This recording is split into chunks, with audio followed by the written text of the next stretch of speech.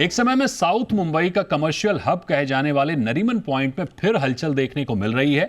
Nariman point में बीते 5 साल में ऑफिस का किराया 52% बढ़ गया है। क्या कारण रहे, आखिर इस बड़ी तेजी के आगे साउथ मुंबई में कमर्शियल एक्टिविटी कैसी रहने वाली है, इस पर नाइट फ्रैंक इंडिया ने एक रिपोर्ट जारी की है। रिपोर्ट लॉन्च पर मैंने बात की नाइट फ्रैंक इंडिया के सीनियर एग्जीक्यूटिव डायरेक्टर गुलाम जिया से। आप भी सुनिए पूरी बातचीत। नाइट फ्रैंक इंडिया ने एक बहुत ही शानदार रिपोर्ट निकाली है साउथ बॉम्बे को लेकर कि किस तरह की अपॉर्चुनिटीज वहां पर बनती हुई दिख रही हैं। इस पर बात करने के लिए हमारे साथ नाइट फ्रैंक इंडिया के एग्जीक्यूटिव डायरेक्टर गुलाम जिया साहब हैं, उनसे बात करते हैं। गुलाम सर, बहुत स्वागत है आपका जी बिजनेस पर। बहुत ही शानदार रिपोर्ट है आपकी, बहुत अच्छी अपॉर्चुनिटीज़ दिख रही हैं उसमें। सबसे पहले तो मैं की फैक्टर समझना चाहूँगा आपके इस रिपोर्ट के, क्योंकि बहुत ही अहम है। मुंबई में एक अलग तरह का डेवलपमेंट हम होता हुआ देख रहे हैं। बात चाहे इंफ्रास्ट्रक्चर की हो, बात चाहे कमर्शियल डेवलपमेंट की हो, बहुत सारे प्रोजेक्ट अपकमिंग हैं। इन सबको मद्देनज़र रखते हुए रिपोर्ट आपकी क्या कह रही है? फ़र्स्ट ऑफ़ ऑल बहुत बहुत शुक्रगुज़ार हूँ आपका कि आपने हमें मौका दिया है आपके चैनल पर अपीयर होने का। जो रिपोर्ट जिसका आज हम ज़िक्र कर रहे हैं, ये बात कर रही है साउथ मुंबई की। साउथ मुंबई जो कुछ वक्तों पहले मुंबई के इंडिया के रियल एस्टेट की शान हुआ करता था। चाहे आप नरीमन पॉइंट का ज़िक्र कर लें या फोर्ट बेलेड एस्टेट का ताल्लुक़ हो, ये सारे शानदार इलाक़े बहुत कारणों के कारणवश पिछले कुछ वर्षों में लगातार गिरावट देखी गई। यहाँ पर लोग यहाँ से हटकर दूसरे इलाक़ों में चले गए, ऑफिसेज़ यहाँ से मूव हुए। पर आज जो हमने इस बात नोट की है कि पिछले कुछ वक्तों में साउथ मुंबई का जो की शान थी, वो दोबारा लौटती हुई दिखाई दे रही है और उसकी शुरुआत एक बहुत ही खूबसूरत तरीके से हमें हमारे सामने आई है। इसके पीछे कारण चाहे इंफ्रास्ट्रक्चर को ले लें, क्योंकि तकरीबन 11 से ज़्यादा कुछ ऐसे नए इंफ्रास्ट्रक्चर प्रोजेक्ट्स हैं जो साउथ मुंबई को बक़िया मुंबई से जोड़ रहे हैं। और उसके बाद जो रेसिडेंशियल, हालांकि मुल्क की सबसे पहली रेसिडेंशियल बिल्डिंग जहां दाम 1 लाख से ऊपर आका गया था, वो नरीमन पॉइंट का ही हिस्सा थी। आज उसी नरीमन पॉइंट में दोबारा रेसिडेंशियल प्रॉपर्टीज़ का भी चलन बढ़ता हुआ दिख रहा है। नरीमन पॉइंट के आसपास जो मरीन ड्राइव पर रेसिडेंशियल नए टावर्स खड़े हुए दिख रहे हैं। तो आप इस बात से पूरी तरह संतुष्ट हो जाओगे कि अब वो वक्त आ गया है कि जो पिछले 10-20 सालों में, 2-3 दशकों में साउथ मुंबई की जो शान थी वो खोई थी, आज दोबारा यहाँ पर सूर्योदय होता हुआ दिखाई दे रहा है।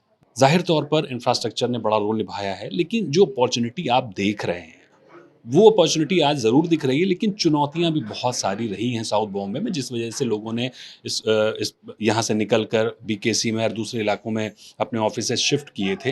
वो जो चुनौतियां हैं वो अभी भी बदस्तूर जारी हैं। इमारतें पुरानी हैं, उनको रीडेवलपमेंट करने की ज़रूरत है। रेंट को लेकर भी इशूज़ हैं, बहुत सारी चीज़ें हैं। इन चुनौतियों पर कितना काम होना ज़रूरी है, क्योंकि जो रौनक हम देख रहे हैं ये स्टेबल रह पाएगी या ये चुनौतियाँ फिर से हावी हों? बहुत ही ज़रूरी सवाल आपने उठाया है कि अगर साउथ मुंबई को अपनी शान दोबारा लौटानी हो, तो उसके लिए क्या-क्या किया जाना चाहिए। बिल्कुल आपका सवाल दुरुस्त है कि इस समय हर वो चीज़ जो ज़रूरी है वो होती हुई नहीं दिख रही है, बट आगे चल के आगे वक्तों में कुछ होगा। लेकिन जो सबसे पहली चीज़ इमारतों का चूँकि आपने ज़िक्र किया, चूँकि यहाँ की बिल्डिंगें, इमारतें बड़ी पुरानी हैं और बीकेसी में जहाँ नई ग्लास फसाड सी बिल्डिंगें हैं, उनसे कम्पीट करना थोड़ा दुश्वार है इनके लिए। लेकिन इसके बावजूद एक चीज़ जिसे हम नहीं भूल सकते, वो है हमारा हेरिटेज। और जो पुरानी हमारी तारीख़ी इमारतें हैं, उनको दोबारा रिस्टोर करके, रीइन्विगोरेट करके दोबारा इस्तेमाल किया जाना मुमकिन है।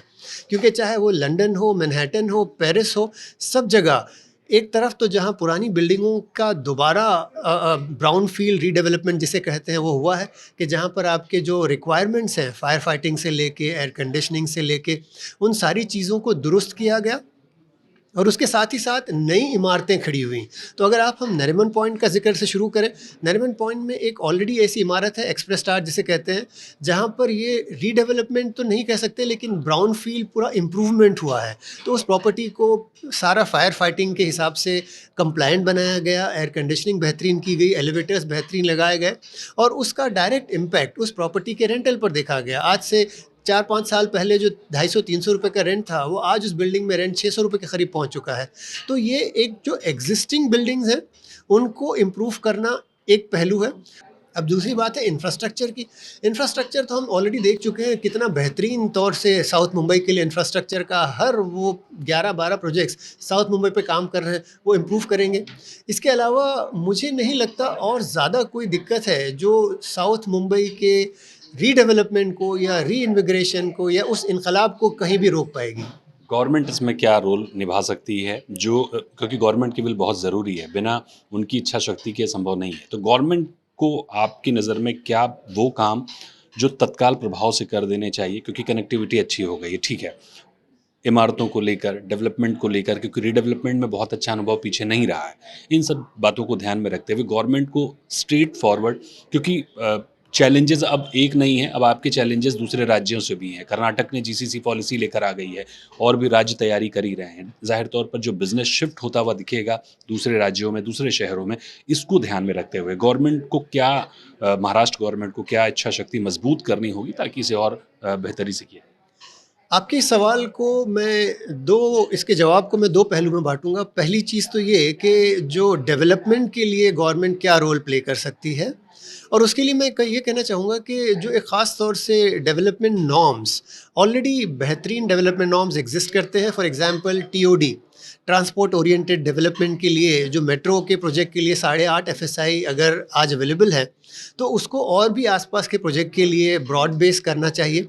मैं ये रोल बिल्कुल क्लियर देख रहा हूँ कि अगर पॉसिबल हो तो डेवलपमेंट नॉर्म्स को ईज़ आउट किया जाए। ईज़ आउट मतलब ये नहीं कि आप उन्हें एडिशनल बेनिफिट्स दें, जो बेनिफिट्स अवेलेबल हैं उनको आसान करें ताकि डेवलपर्स को उन सारे कानून को आसानी से इस्तेमाल करके डेवलपमेंट बनाने में आसानी हो। ये तो हुई गवर्नमेंट का जो एज अ डेवलपमेंट अथॉरिटी की तौर पर। दूसरी तरफ स्ट्रेटेजिकली ये सवाल कि जीसीसी, मुंबई शायद जीसीसी के लिए इतना इम्पॉर्टेंट नहीं है ग्लोबल कैपेबिलिटी सेंटर से ज़्यादा। मुंबई जो है फाइनेंशियल हब है, तो उसको और किस तरह बढ़ावा दिया जाए उस पर गौर करें, ना कि कम्पीट करें आईटी या जीसीसी से, जिसमें ऑलरेडी जैसा आपने कहा बेंगलोर के पास ऑलरेडी एक एडवांटेज आ चुका है। लेकिन मुंबई को उस रास्ते पर जाने की ज़रूरत नहीं है, क्योंकि हमारे पास ऑलरेडी फाइनेंशियल सेक्टर की, फाइनेंशियल बीएफएसआई, इनकी स्ट्रेंथ मुंबई के पास है। उस पर और काम करके उस पर ऐसी पॉलिसीज़ बनाई जाएँ कि उन सेक्टर्स को मुंबई में आने के लिए और आसानी हो, उनको अट्रैक्ट किया जाए। वो उसके चलते मुंबई का जो डेवलपमेंट है, जो ग्रोथ है, उसमें आसानी बहुत हो सकती है। एक अंतिम सवाल इससे थोड़ा से हटके होगा सर, कि बीकेसी जो बना था वो नए डेवलपमेंट के लिए बना था, नए ऑफिसेस के लिए बना था, लेकिन आज वहाँ पर ट्रैफिक का जो इशू है, वहाँ पर पहुँचना अपने आप में बहुत बड़ा चैलेंज है। बात सिर्फ मुंबई की नहीं है, बात जब हम एनसीआर की करते हैं तो भी वहाँ पर कुछ इसी तरह की समस्या है। बेंगलुरु में ऑलरेडी ये समस्या है।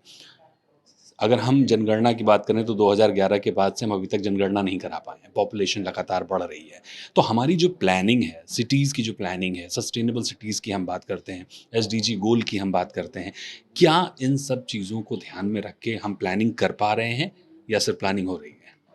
नहीं, देखिए, एक चीज़ जो यहाँ पर बहुत इम्पॉर्टेंट है वो समझना कि इंफ्रास्ट्रक्चर या सिटी का जो ग्रोथ होता है वो अगले 5 या 10 साल को मद्देनज़र रख के प्लान नहीं किया जाता। ये अगले 75 से 100 साल को सामने रख के प्लान किया जाता है। और अगर उसकी एक एग्जांपल मैं दूं आपको, जिस बुलेट ट्रेन पर बहुत से लोगों ने सवालिया निशान खड़ा किए हैं कि ये इस बुलेट ट्रेन की ज़रूरत क्या है जो केवल बीकेसी से अहमदाबाद को कनेक्ट कर रही है। मैं इसी के जवाब में कहना चाहूँगा कि जिस ट्रेन की आज आपको ज़रूरत नहीं दिख रही, आज से 20 साल बाद आप उस चीज़ के इम्पोर्टेंस को परख पाओगे, समझ पाओगे। तो इंफ्रास्ट्रक्चर आज के लिए नहीं बनता, तो ये चीज़ अपने आप में बहुत इम्पॉर्टेंट है। और जहाँ पर इस पर ग्रोथ, इस पर गौर किया गया और उस हिसाब से डेवलपमेंट प्लान बनाए गए, वो शहर हमेशा वक्त से आगे चलता रहेगा। और मुझे लगता है मुंबई में आज वो कदम शुरू हो चुके हैं, और आगे चल के हम नहीं तो कम से कम हमारी अगली औलाद, हमारी अगली नस्लें मुंबई का जो असल पहलू है, उसका जो उसकी खूबसूरती है, उसमें रहने की सुविधाएं, आसानी है, उन सारी चीज़ों का फ़ायदा वो उठा पाएंगे। हमसे बात करने के लिए बहुत बहुत शुक्रिया sir. Thank you so much.